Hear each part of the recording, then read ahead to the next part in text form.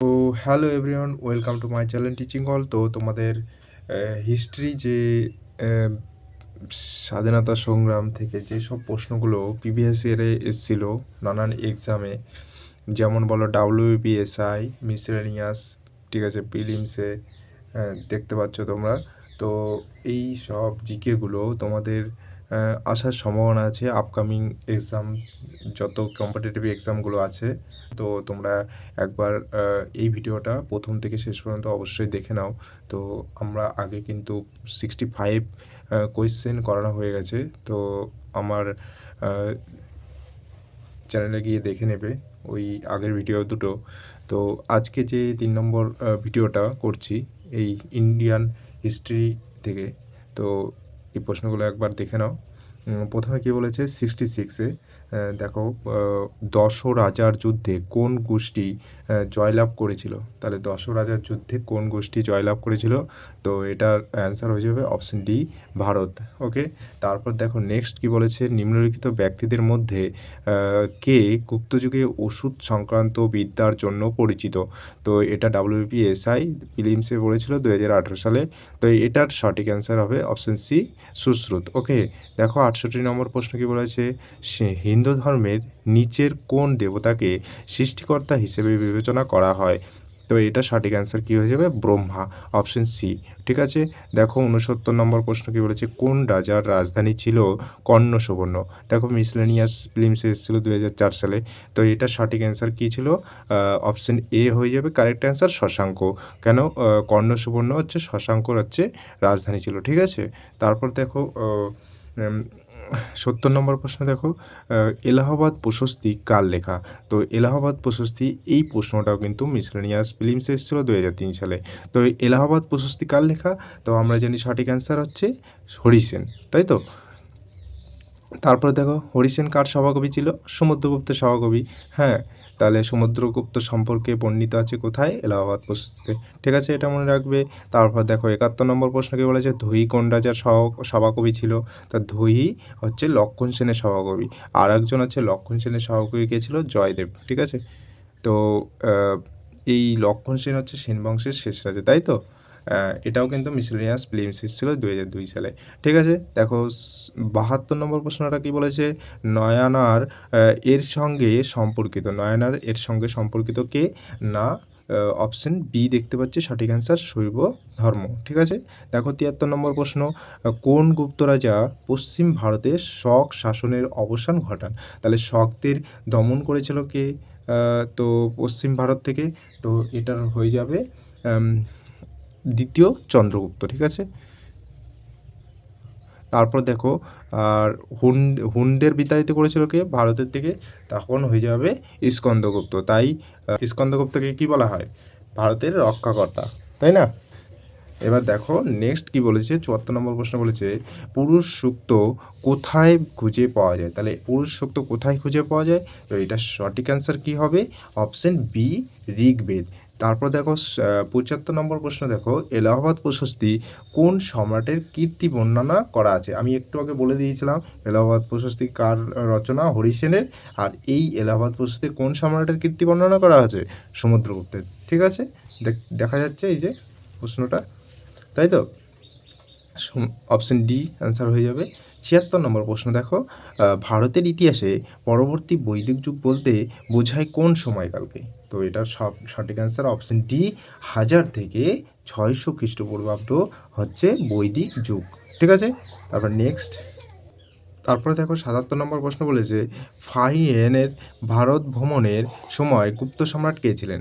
তো ফাহিয়েনের সময় ফাহিয়েন যখন ভারতে এসেছিল তখন গুপ্ত সম্রাট ছিল কে? না, অপশন সি, দ্বিতীয় চন্দ্রগুপ্ত। তারপর দেখো তারপরে কি বলেছে, 78 নম্বর প্রশ্ন বলেছে সকলোত্তর পথনাথ কাকে বলা হয়েছে। WBPSC ক্লার্কশিপ 2000 সালে এসেছিলো এই সকলোত্তর পথনাথ। অনেক কম্পিটিটিভ এক্সামে কিন্তু এই প্রশ্নটা আসে। তো তোমরা কিন্তু অবশ্যই সকলোত্তর পথনাথ কাকে বলা হয়েছে, তো এটার সঠিক অ্যান্সার হয়ে যাবে হর্ষবর্ধন। ঠিক আছে, দেখো নীলকণ্ঠ নাতাপুত্র হিসাবে কে পরিচিত। তো এটা সঠিক অ্যান্সার বর্ধমান মহাবীর। তারপর দেখো 81 নম্বর প্রশ্ন বলেছে কলিন্য প্রথার প্রচলন কে করেছিল? কলিন্য প্রথার প্রচলন করেছিল WBSSC গ্রুপ ডিতে এসেছিলো 2017 সালে। তো এটা হয়ে যাবে বল্লাল সেন। তারপর নেক্সট প্রশ্ন কি বলেছে যে পাল বংশ কোথায় রাজত্ব করেছিল? তো এটা সঠিক অ্যান্সার বিহারে। তারপর দেখো 83 নম্বর প্রশ্ন বলেছে অজন্তা গুহা চিত্রগুলি কোন সময়কার? তো এটা সঠিক অ্যান্সার হয়ে যাবে গুপ্ত বংশের সময়। ঠিক আছে, এই অজন্তা গুহা চিত্রগুলি হয়েছিল। তারপর দেখো 84 নম্বর বলেছে নিম্নলিখিত ব্যক্তিবর্গের মধ্যে কে গুপ্তযুগে ওষুধ সংক্রান্ত বিদ্যার জন্য পরিচিত? তো এটা সঠিক অ্যান্সার সুশ্রুত। তারপর দেখো কি বলেছে পল্লব বংশের শ্রেষ্ঠ সম্রাট কে? বংশের শ্রেষ্ঠ সম্রাট হচ্ছে নরসিংহ বর্মন। অপশন ডি হয়ে যাবে কারেক্ট অ্যান্সার। তারপর দেখো 86 নম্বর প্রশ্ন বলেছে মহাবলীপুরমের সপ্তরথ মন্দির কোন রাজবংশের সৃষ্টি? তো মহাবলীপুরমের সপ্তরথ মন্দির হচ্ছে সঠিক অ্যান্সার হয়ে যাবে পল্লব। তারপর দেখো 87 নম্বর প্রশ্ন বলেছে নিম্নলিখিত কোন চালুক্য অধিপতি অশ্বমেধ যজ্ঞ করেছিল? অপশন সি প্রথম পুলকেশী। তো তারপর দেখো 88 নম্বর প্রশ্ন বলেছে মামল্লপুরম সম্পর্কে নিম্নে উল্লেখিত বিবৃতিগুলির মধ্যে কোনটি অসত্য? তো দেখতে পাচ্ছি অপশন বি হয়ে যাবে সঠিক অ্যান্সার। এটি ছিল পল্লব রাজাদের রাজধানী। আর মামল্লপুরমের এই নিম্নলিখিত বিবৃতিগুলির মধ্যে এগুলো সত্য যেগুলো দেখো, এটি একটি ইউনেস্কো অনুমোদিত সংস্কৃতির পীঠস্থান, এখানে কথাকলি নৃত্যর জন্ম, এটি একটি পর্যটন কেন্দ্র। ঠিক আছে, তারপর দেখো কি বলেছে যে 89 নম্বর দেখো কি বলেছে মহাবলীপুরমের হ্রদ আকার বিশিষ্ট মন্দিরগুলি নির্মিত হয়েছিল পল্লব রাজাদের আমলে। তো অপশন এ হয়ে যাবে কারেক্ট অ্যান্সার। তারপর দেখো 90 নম্বর বলেছে কোন চোল রাজা বাংলাদেশ আক্রমণ করেছিলেন?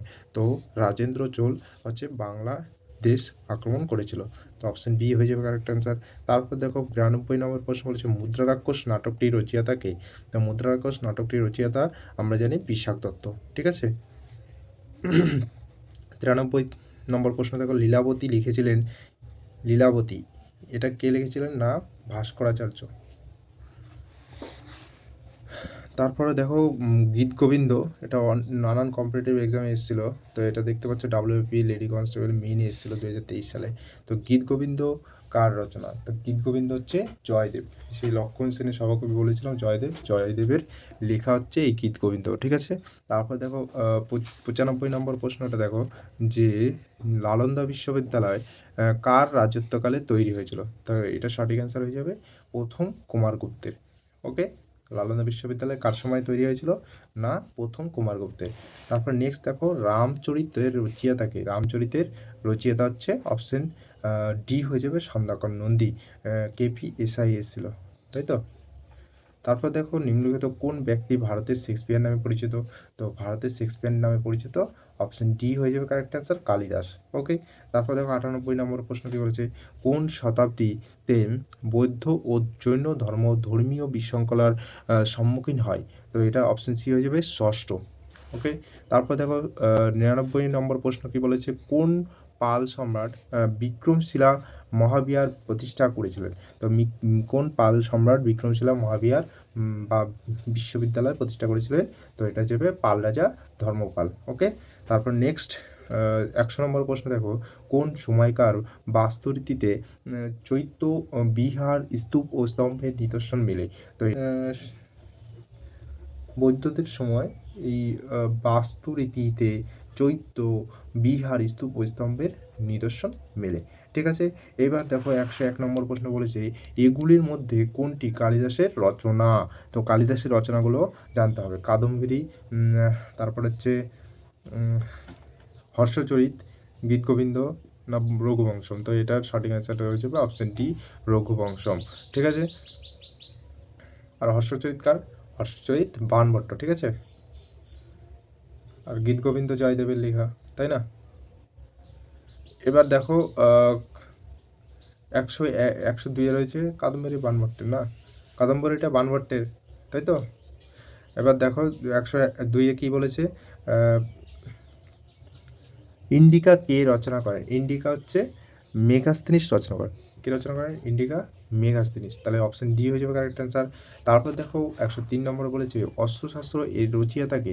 তো এটা সঠিক অ্যান্সার হয়ে যাবে অপশন সি কৌটিল্য চাণক্য। ঠিক আছে, একই। আর কৌটিল্য চাণক্যর আর একটা নাম আছে কি বিষ্ণুগুপ্ত, তাই তো। মনে রাখবে। তারপরে 104-এ কী বলেছে দেখো প্রশ্নটা, কবি জয়দেব কোন ভাষায় গীতগোবিন্দ রচনা করেন? কবি জয়দেব কী ভাষায়? সংস্কৃত ভাষায় নাকি? সংস্কৃত ভাষায় রচনা করেছে। তাহলে অপশন বি হয়ে যাবে কারেক্ট অ্যান্সার। তারপর দেখো কাদম্বরীর রচয়িতা কে? কাদম্বরীর রচয়িতা বাণভট্ট। তো ভিডিওটি ভালো লাগলে অবশ্যই লাইক করবে আর বন্ধুদের সাথে শেয়ার করতে ভুলবে না। যারা আমার চ্যানেলে নতুন তারা অবশ্যই সাবস্ক্রাইব করে রাখো, আমাদের সাথে যুক্ত থাকো। অল জিকে কমপ্লিট করার দায়িত্ব আমার। তো থ্যাংক ইউ ফর ওয়াচিং।